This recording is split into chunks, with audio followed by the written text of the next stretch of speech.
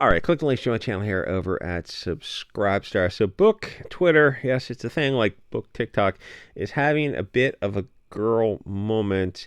Englishmen are the best authors, and this is triggering a lot of females. So what happened to cause such an estrogen-filled hysterical trigger from the fairer sex is some author, Douglas here, filmed a book section at Target or something, and he pointed out that it was all femme-slop romance, fantasy, historical romance written by women with female protagonists, and almost entirely bought and read by women. And what happens next was a Dunning-Kruger demonstration of women trying to fix a problem that doesn't exist. Probably because, I mean, they should be like, probably because they don't have kids. Like, it's the brutal reality is they're trying to make the world their child. Men and boys don't read female-focused books for the simple reason that they're not very good, with rare exception, or maybe a nicer way to say it is that the books don't appeal to male readers. What happens is, well, when I was a young reader, female written books would cross my path, and almost all of them were poorly written with logical errors or themes that weren't interesting. Yes, every so often you get Frankenstein or the lady who wrote some of the Star Trek books. She is excellent. But what happened was I stopped buying female books because only so much money to go around. Back in the days when books were, I go to the local bookstore and they were like $2.99 for 300-page sci-fi book. So this is a problem that doesn't exist, and I represent 99% of the male readers. But these Twitter women are getting outraged for some reason. They complain that girls have no problem reading books written by males or with male protagonists. And yes, because as I just explained, the men are better writers. If you have a collection of books and you have both sexes rate them, the male writers are going to come out higher. Both males and females read male books and characters, but mostly only females read female books, which would probably mean that male writers maybe have broader appeal. And ultimately, men are not women, which seems to trigger a lot of SJW women. I'm glancing at my shelves right now, and almost everything on these shelves there is by a male author. I see a couple of female books who wrote historical fiction, and there's one, Jane Goodall's, a couple of her books, that kind of stuff. So maybe the lesson is that the female stuff is the things they're better at are nonfiction, and maybe just women don't have the imagination or empathy to write fiction well. I don't know what it is. Fiction requires getting your attention quick and drawing you in to turn pages. Maybe this is a key difference in the sexes historically. Maybe men were storytelling in front of a campfire and had to tell parables and lessons and to keep the audience's attention. Because the way women talk or hold conversations is different, where they have all-day conversations while they're doing other tasks, probably why they're better at multitasking, and they chat about family and garden or putting their herbs and roots away while complaining about grog being rude at dinner, eating dinosaurs. Men are more focused on one specific task, like knapping flint to make a nice spear, and they perform it to a higher level, while women are doing many different things, raising the kids, breastfeeding, while pulling weeds or organizing things and holding a conversation. And they're doing all these things at once, including kind of mapping in their heads different relationships with different family members and whatnot. And it is difficult work. I'm not pretending otherwise. I love women. But it seems that these differences make men the better storytellers, where they have to get on stage in front of people and keep your attention for a limited period of time. And really, if men don't want to read female books, what's the big deal? Why does this trigger these women so much? Men are not women. This should be obvious, though. Current year, it's kind of an issue. We don't need to get boys to read girls' books, because feminizing boys has been a problem for the last 40 years at least. They have too many female influences. Get up there. From their female teachers to mainstream media, everything is just way too feminine, which is kind of probably tied into globalism. And the other issue is if people read things kind of by their own race more than outside it, but it seems that European males are the best writers. Maybe the globalists don't want kids to look up to white male writers and see how they're the best. They don't want the boys to start getting in-group preferences. And this, it's It's okay for other groups, but just not for your groups. And this is something I've noticed from these left-wing Mary Sue type of crowds. They always push things like female writers or gay, trans, non-European writers because in their minds, diversity in and of itself is a positive. And apparently, the European sources aren't diverse enough of those many countries, and they don't seem to be able to deal when someone tells them that non-white writers are just not as good. The idea doesn't fit in with globalism because in their worldview, they have to pretend that everyone is equal, but they're clearly not. The other thing is that European male writers have stood the test of time, from Aristotle to more recent works.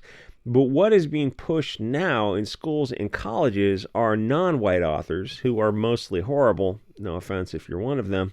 But they are counting on the hope that the class just isn't going to be honest about how European male writers are so far superior that they're light years beyond anyone else. From the Greeks to the English, they're known globally as sources of wisdom. Where the books the woke crowd are pushing now are because the writer fits a honorable mention, I guess, to the French as well, fits a checklist of imaginary oppression points, non-white, non-Christian, usually ugly for some reason, and usually stupid. But they don't know it because they've been fluffed up their whole life by this artificial woke system where they're just pushed forward and given all these kind of fake awards. And then you go look at all these awards and you go, so how are the sales? And they go, oh, there aren't any. So the awards are kind of meaningless. But in their mind, they think they're brilliant and the natural successors to the white male foundation. They have these way overinflated egos. And a good example of this is the Hugo Sci-Fi Awards, where everyone is obese, blue-haired, either non-white or a woman or pretending to be one. Every year there are a dozen Zerzims on stage, and there are all these dysgenic freaks, and they're so proud to have replaced their predecessors. Now, the difference is that Heinleins and the Nivens of the day sold books, where the modern day sci-fi writers who are telling their brown lesbian space communism stories flat out don't sell, but this doesn't seem to bother them. They feel that they have prestige. It's like the old days, the blue check mark people back when Twitter, only certain people, you had to be a good thinker to get a blue check mark on Twitter. But back in the days, there were people who were working in the mainstream comic industry, and the mainstream numbers were not great. But I got the feeling that having a blue check mark and working at Marvel was a status symbol to them. I mean, it didn't pay the bills, but honestly, like, they got this weird dopamine from having a check mark and being like a Heather Antos character. Anyway, we need more white male ideas, and the best way to spread deep dives is via books. Thankfully, we have the classics because the current big sellers are called romantasy. Sounds dirty. I guess they do Lord of the Rings, but focus on romance, which was another complaint of the woke, that Tolkien didn't have a lot of female characters in the books, which begs the question, why is that an issue? Are you writing an organic story, or are you writing propaganda? If you have a Bechdel test that forces you to include females, then you're not writing the best story that you want to write, write what you know. You're essentially writing advertising for globalists. The left doesn't want anyone looking up to European male authors, so I want to show this dragon. It's actually a pretty cool drawing. So there actually is a deeper conspiracy theory here. The problem for them is that Euro males are light years beyond the brown lesbian feeling focused Marxists.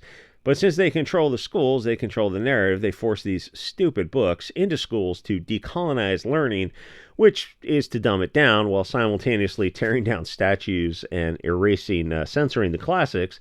The globalists have completely removed European men from the top of the pyramid and replaced them with vastly inferior substitutes.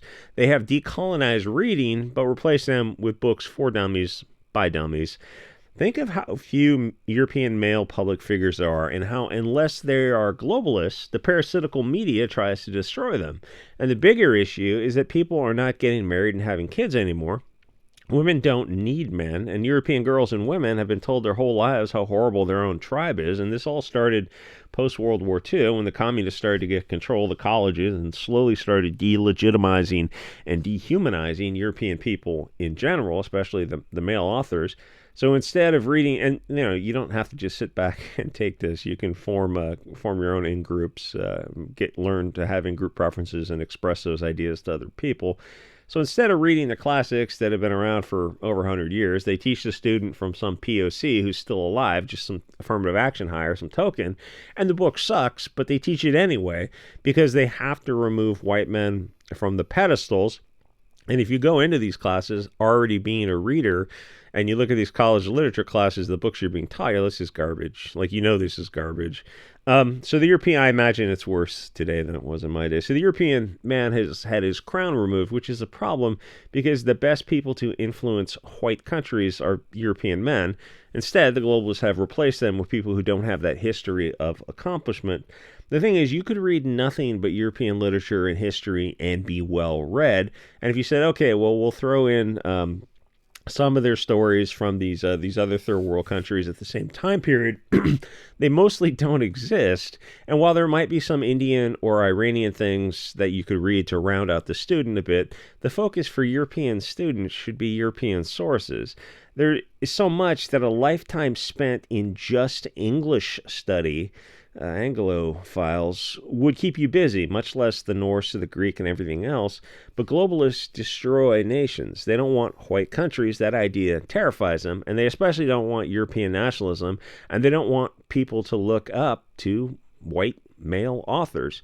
To destroy people, you do exactly what the globalists have been doing. You remove the founding ideas from the schools and replace them with non-white sources, usually pushing gay space communism and putting up rainbow flags and all that kind of thing. The BLM flags as well. The left says that, oh no, your ideas will be challenged, and that's what's threatening you. And to challenge your ideas, of a foundation of great English writers, they present some work by a sub-90 IQ affirmative action hire and go, here is a challenge. And you go, this is absurd, but it's politically incorrect to say these things that I'm saying. Perhaps people who didn't have the wheel should not lecture to those who built civilization. The thing is, for society to survive, I think you have to be proud of your people first and foremost, which means you have to see yourself as a people that's worth saving. Otherwise, you're just going to be replaced by people who do value themselves. And this includes looking at English literature and saying, yes, this is better than all these other challengers. The globalists want all these other ethnicities to have in-group preferences, but not you, which is odd because Europeans should be proud, and they should be fierce nationalists. At some point, if you don't say that your people are better than outsiders, you're just going to get replaced by people with a stronger survival instinct. It's amazing that people have been brainwashed into these levels of anti-white hatred that I have to say this, or that it's politically incorrect to say. So as a consequence of all these things, the West has been getting dumber and dumber, with people like Ta-Nehisi Coates being taught in schools, who is drooling dumb. Anyway, like, comment, subscribe, and I'll see you guys all next episode.